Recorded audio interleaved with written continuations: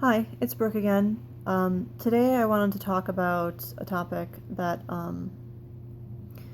I call it kind of integrative MS. And then what I mean by that is the team approach that I've taken to MS and all of my physical issues.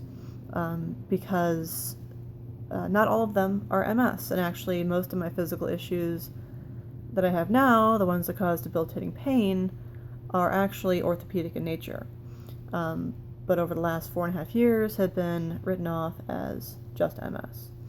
Now, I know that is something that probably almost every single MS patient has heard over their lifetime when they know something is not MS, but they meet a doctor or a nurse or somebody else who writes it off as just MS. And that's frustrating because this disease is complicated. There's no question about that. It's very complicated because it does affect all different parts of the body. But not everything can be written off to it's just MS. So how you as a person can differentiate between what is just MS and what is not, or even if it is just MS, that's not a big deal. How you can still deal with that issue in a constructive way. And the way that I've done that is through a team approach. I've had several neurologists over the last 11 years. I've had this disease, and I had who I would say is a pretty bad one when I had my major attack, and I've since gotten rid of him. But now I have a really great guy who I can have a very open communication with. Because if you don't trust your neurologist and he doesn't trust you, and this goes for any doctor really, but from what I found, you have to be able to tell them everything about what's going on with you in your personal life, physical symptoms, emotional symptoms, because especially if you find a good one, every piece of information is relevant. And I was lucky to find somebody like that. The same also goes for nurses, social workers, or occupational therapists, or especially physical therapists. I have had, in the last almost 4 years that I've been in physical therapy, I think more than 12 PTs who have, in their own individual right, have been fantastic. And collectively even better, because I don't think I would be to where I am today without each one of these people, and some of them more than others, that they've really impacted my life. I was teasing my pelvic floor PT the other day that I feel like the doctors are kind of the mechanics, and the PTs are really the ones who deserve most of the credit, because they're the ones who physically touch us, and they talk to us, and they are the ones who see us more than the 15 minutes that you get with the doctor. And it's also even more important to tell them everything that's going on with you, even if it's embarrassing, even if you don't think that it's relevant. I once told one of my PTs that I had horrible back pain, but it got better after I went to the bathroom, like after I urinated, or and I didn't know why. And my neuro said, "Oh, you have an issue with your kidneys," and then eventually we figured out it was something else entirely. And this is my PT who figured that out. And then referral after referral after referral got me to, another orthopedic issue that I've had for 4.5 years that would never have been figured out if it wasn't for the series of physical therapists that I went through, each one of them giving me like these nuggets of gold information that I ferreted away to pull out during times of importance. So, and I would never have gotten that if I did not have a team approach mindset. Each one of us does feel pretty alone with this disease. And I know I certainly do. I feel very lonely right here in my little MS world, because I'm the only one who can see everything. And that's difficult to deal with sometimes because people don't necessarily see you suffering on the inside. But I really feel that if I had not been so accepting to a team approach, I never would have gotten to the root cause of my debilitating pain, which wasn't MS. It was a torn labrum in my hip, a labral tear, and that was from delivering my daughter. So not MS related, but contributed to my walking issues, and my back pain, my hip pain, countless falls, one which even broke my foot, and I never would have gotten that diagnosis if I had not been constantly asking questions, constantly questioning myself, not in a bad way, well, sometimes in a bad way, but if I had not always been asking myself, checking in with how I'm doing, and then really thinking about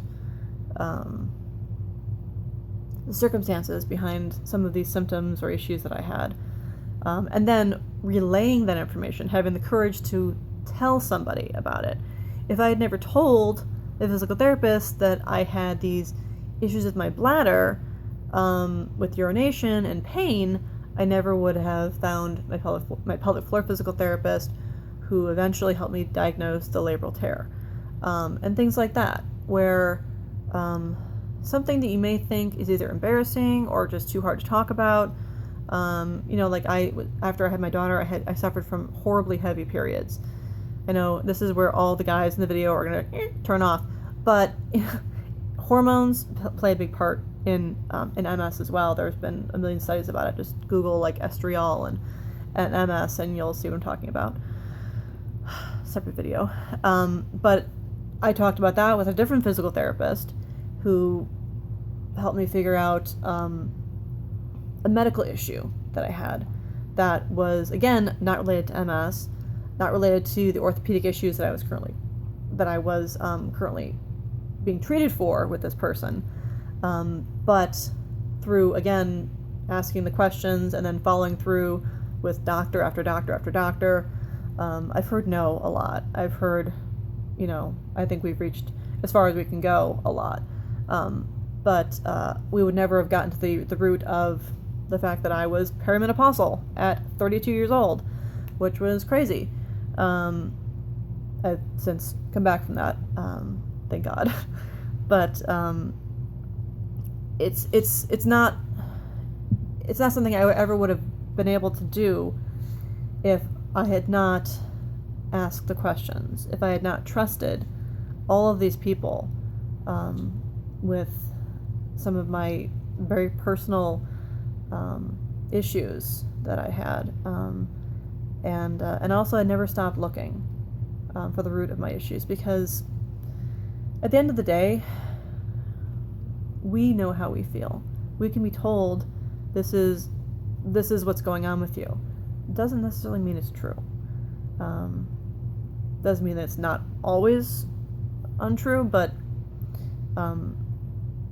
at the end of the day, we're the only ones who know how we are feeling, and it is now our duty and responsibility to tell people what's going on inside us, because no one else is going to do it for us.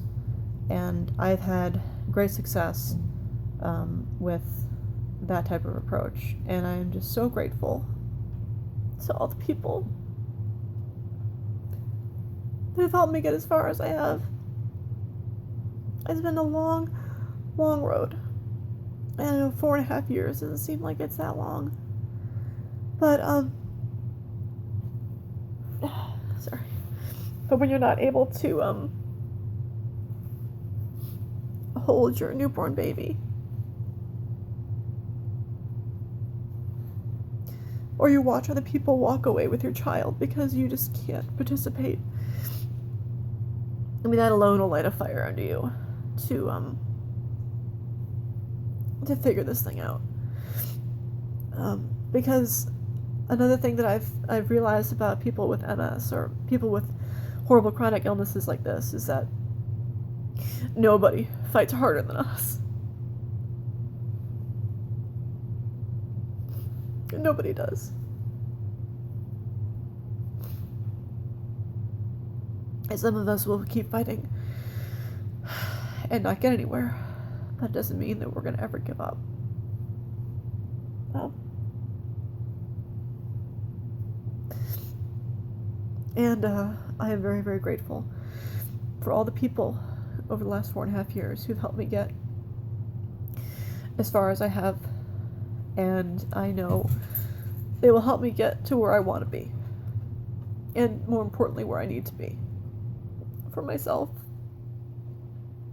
For my little girl. For my family. And I really owe that to all of these people who have never given up on me. Even when I've given up on myself. I quit every day. But thank you so much to everybody who has never quit on me. And making me realize that there are angels among us. And it's our job to ask the questions and to keep sifting through these people until we get what we need. And bad experiences, bad doctors, bad PTs, nurses, it's actually just a bump on the road to recovery, the bump on the road to where we need to be. So take what you need and move on. That's all I got for today. Gratitude and a sense of well-being from knowing that I have this team behind me, team approach. Love to you all.